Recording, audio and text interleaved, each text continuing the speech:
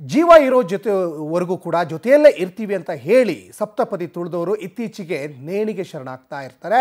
ಅದೇ ಥರದೊಂದು ಘಟನೆ ನಡೆದಿದೆ. ಪತ್ನಿಯ ಕಿರುಕುಳಕ್ಕೆ ಬೇಸತ್ತು ಪತಿ ಗಗನ್ ರಾವ್ ಆತ್ಮಹತ್ಯೆಗೆ ಟ್ವಿಸ್ಟ್ ಸಿಗ್ತಾ ಇದೆ. ಕಿರುಕುಳದ ಆರೋಪವನ್ನು ನಿರಾಕರಿಸಿದ್ದಾರೆ ಪತ್ನಿ ಮೇಘನಾ ಜಾಧವ್. ಮದುವೆಯಾದ 2 ದಿನಕ್ಕೆ ಪತಿಯ ಅನೈತಿಕ ಸಂಬಂಧ ಗೊತ್ತಾಗಿತ್ತು. ಬೇರೊಬ್ಬರ ಜೊತೆ ಸಲಿಗೆಯಿಂದಿರುವ ಫೋಟೋವನ್ನು ಅಲ್ಲಿ ತೋರಿಸ್ತಾರೆ ಪತ್ನಿ. ಇನ್ನು ಬೇರೆ ಯುವತಿ ಸಂಬಂಧ ವಿಚಾರವಾಗಿ ಆತ್ಮಹತ್ಯೆ ಮಾಡ್ಕೊಂಡಿದ್ದಾರೆ. ಸಹವಾಸ ಬಿಟ್ಟು ಬಿಡಿ, ನಾವಿಬ್ರು ಚೆನ್ನಾಗಿರೋಣ ಅಂತ ಹೇಳಿದೆ. ನಿನ್ನೆ ಮನೆಗೆ ಬಂದವರು ನೀನು ಚೆನ್ನಾಗಿರು ಅಂತ ಹೇಳಿ ರೂಮ್ ಬಾಗಿಲನ್ನು ಹಾಕ್ಕೊಳ್ತಾರಂತೆ. ಸ್ವಲ್ಪ ಹೊತ್ತಿಗೆ ರೂಮ್ ಲಾಕ್ ಮಾಡಿ ನೇಣನ್ನು ಹಾಕ್ಕೊಂಡಿದ್ರಂತೆ. ಇದು ಪತಿ ಆತ್ಮಹತ್ಯೆ ಬಗ್ಗೆ ಗಗನ್ ರಾಜ್ ಪತ್ನಿ ಮೇಘನಾ ಜಾಧವ್ ಈಗ ಸ್ಫೋಟಕ ಹೇಳಿಕೆಯನ್ನು ಕೊಟ್ಟಿದ್ದಾರೆ. ಮದುವೆಯಾಗಿ ಕೇವಲ 2 ದಿನಕ್ಕೆ ಪತಿಯ ಅಕ್ರಮ ಸಂಬಂಧ ನನಗೆ ಗೊತ್ತಾಯಿತು.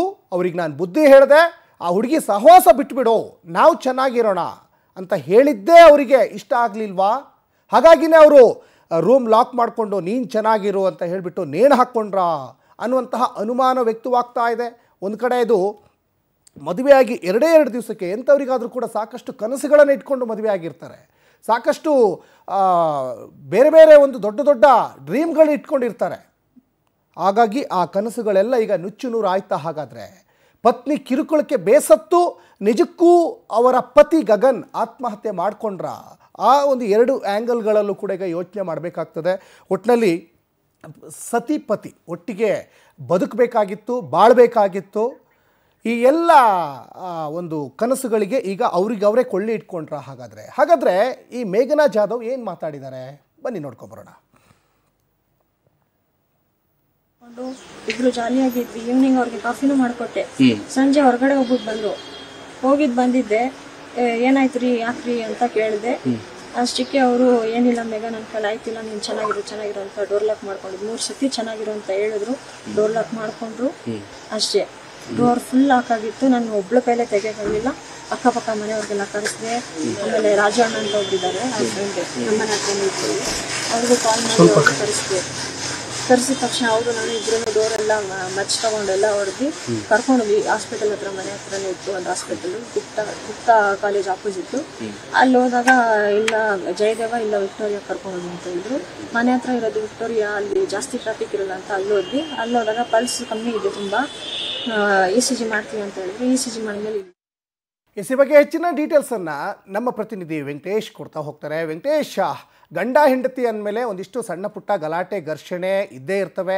ಆದರೆ ಈ ಒಂದು ವಿಚಾರದಲ್ಲಿ, ಈ ಮೇಘನಾ ಜಾಧವ್ ಮತ್ತು ಗಗನ್ ವಿಚಾರದಲ್ಲಿ ಯಾಕೆ ಇಷ್ಟೊಂದು ಕಿರಿಕಾಯಿತು? ಅದಾದ ನಂತರ ಆತ್ಮಹತ್ಯೆ ದಾರಿ ಯಾಕೆ ಹಿಡಿದ್ರು ಅವ್ರ ಗಂಡ? ನಿಜಕ್ಕೂ ಪತ್ನಿ ಕಿರುಕುಳ ಕೊಡ್ತಾ ಇದ್ರ ಅಂತ ವೆಂಕಟೇಶ್?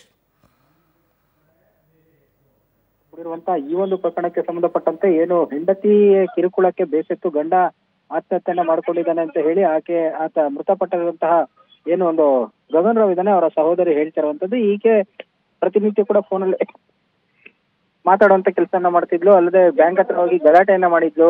ಪದೇ ಯಾರದೇ ಒಂದು ಮಹಿಳೆಯರ ಜೊತೆ ಮಾತಾಡಿದ್ರು ಕೂಡ ಆಕೆ ಸಹಿಸ್ತಿರ್ಲಿಲ್ಲ, ಅಂದ್ರೆ ಅನುಮಾನ ಪಡ್ತಾ ಇದ್ದು. ಇದೇ ರೀತಿ ನಿತ್ಯ ನರಕವನ್ನ ಕೊಡ್ತಾ ಇದ್ಲು. ಹಾಗಾಗಿ ಆತ ಮನನೊಂದು ಸಾಕಷ್ಟು ಬಾರಿ ತಮ್ಮ ಬಳಿ ಹೇಳ್ಕೊಂಡಿದ್ದ.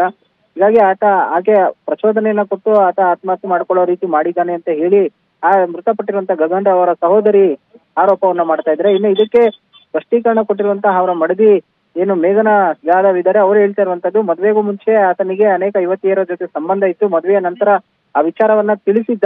ಆಗ ಕೂತು ಮಾತುಕತೆಯನ್ನ ಆಡಿದ್ವಿ, ಇನ್ನು ಮುಂದೆ ಇದೆಲ್ಲ ಬೇಡ, ಸರಿಯಾದ ಜೀವನವನ್ನ ನಡೆಸೋಣ ಅಂತ ಕೂಡ ಬುದ್ಧಿ ಹೇಳಿದೆ. ಆದ್ರೂ ಕೂಡ ಆತ ಅದನ್ನ ಮುಂದುವರಿಸ್ಕೊಂಡೋಗಿದೆ. ಇದರಿಂದ ನನಗೂ ಸಹ ಬೇಜಾರಾಗಿತ್ತು. ಹಾಗಾಗಿ ಮನೆ ಬಿಟ್ಟು ಹೋಗಿದ್ವಿ. ಸೊ ಮಹಿಳಾ ಪೊಲೀಸ್ ಠಾಣೆಗೆ ಒಂದು ದೂರನ್ನು ಕೂಡ ಕೊಟ್ಟಿದ್ವಿ. ಆದ್ರೆ ನಮ್ಮ ಮಾವವರ ಒಂದು ಸಹಾಯದಿಂದಾಗಿ ಮತ್ತೆ ನಾನು ಮನೆಗೆ ವಾಪಸ್ ಬರ್ಬೇಕಾಯ್ತು. ಬಂದಂತ ವೇಳೆಯಲ್ಲೂ ಕೂಡ ಆತ ಪ್ರತಿನಿತ್ಯ ಜಗಳ ಮಾಡುವಂತದನ್ನೇ ಕಾಯಕ ಮಾಡ್ಕೊಂಡಿದ್ದ. ಎಷ್ಟೇ ಹೇಳಿದ್ರು ಕೂಡ ಆತ ಬದಲಾಗಿರ್ಲಿಲ್ಲ. ಹಾಗಾಗಿ ನಿನ್ನೆ ಕೂಡ ಏನು ಹೊರಗಡೆ ಸುತ್ತಾಡ್ಕೊಂಡು ಬಂದ್ವಿ. ಅದಾದ ಬಳಿಕ ಆತ ಹೇಳ್ತಿದ್ದು ನನ್ನಿಂದ ಏನು ಸಹಿಸೋದಿಕ್ಕೆ ಆಗ್ತಾ ಇಲ್ಲ ಅಂತ ಹೇಳಿ ಬೇಸರವನ್ನು ವ್ಯಕ್ತಪಡಿಸ್ತಿದ್ದ. ನಾನು ಸಮಾಧಾನವನ್ನ ಮಾಡಿದ್ರ, ಆದ್ರೂ ಕೂಡ ಮನೆ ಒಳಗಡೆ ಹೋಗಿ ಆತ್ಮಹತ್ಯೆಯನ್ನ ಮಾಡ್ಕೊಂಡಿದ್ದ. ನೇಣು ಬಿಗಿದ್ಕೊಂಡು ಎಷ್ಟೊತ್ತಾದ್ರೂ ಡೋರ್ ಓಪನ್ ಆಗದೆ ಇದ್ದಂತ ವೇಳೆಯಲ್ಲಿ ತನ್ನ ಸ್ನೇಹಿತನಿಗೆ ಕರೆ ಮಾಡದೆ ಡೋರ್ ಬ್ರೇಕ್ ಮಾಡಿ ಒಳಗಡೆ ಹೋದಂತ ವೇಳೆಯಲ್ಲಿ ಕೆಳಗಡೆ ಆತನನ್ನ ಇಳಿಸ್ಕೊಳ್ಳುವಂತಹ ಸಂದರ್ಭದಲ್ಲಿ ಹಗ್ಗ ಕಟ್ಟಾಗಿ ಬಿದ್ದು ಆತನ ಹಣೆಗೆ ಪೆಟ್ಟಾಯ್ತು. ತಕ್ಷಣ ಆತನನ್ನ ಆಸ್ಪತ್ರೆಗೆ ಕರ್ಕೊಂಡು ಹೋಗುವಂತ ಮಾಡಿದ್ವಿ. ಆದ್ರೂ ಕೂಡ ಆತ ಚಿಕಿತ್ಸೆ ಫಲಕಾರಿಯಾಗಿದೆ, ಮೃತಪಟ್ಟಿದ್ದಾರೆ. ಆತನಿಗೂ ಅನೇಕ ಯುವತಿಯರ ಜೊತೆ ಅಕ್ರಮ ಸಂಬಂಧ ಇರುವಂತದ್ದು ಕೂಡ ಸತ್ಯ ಅಂತ ಯಾಕೆ ಹೇಳ್ತಾ ಇರುವಂತದ್ದು. ಸದ್ಯ ಇಬ್ಬರು ನಡುವೆ ಒಂದು ಆರೋಪ ಪ್ರತ್ಯಾರೋಪದ ಹಿನ್ನೆಲೆಯಲ್ಲಿ ಈಗ ಗಿರಿನಗರ ಪೊಲೀಸರು ಕೂಡ ಪ್ರಕರಣವನ್ನು ದಾಖಲಿಸಿಕೊಂಡು ತನಿಖೆಯನ್ನ ಮುಂದುವರಿಸಿರುವಂತಹದ್ದು. ಸಚಿನ್, ಧನ್ಯವಾದ ವೆಂಕಟೇಶ್ ತಮ್ಮೆಲ್ಲ ಡೀಟೇಲ್ಸ್ಗಾಗಿ.